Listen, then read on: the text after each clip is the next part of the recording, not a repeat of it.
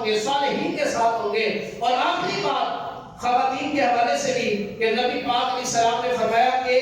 اگر کی خاتون کلمہ پڑھنے والی مسلمان عورت 5 وقت نماز پڑھتی ہو،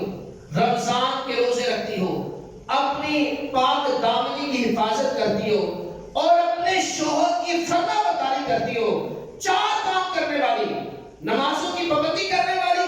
رمضان کے روزے رکھنے والی، اپنی پاک دامنی کی حفاظت کرنے والی، اپنے شوہر کی فرما برداری کرنے والی، فرمایا جو مسلمان عورت یہ 4 کام کر لے، فرمایا وہ جنت کے جس دروازے سے چاہے جنت میں داخل ہو۔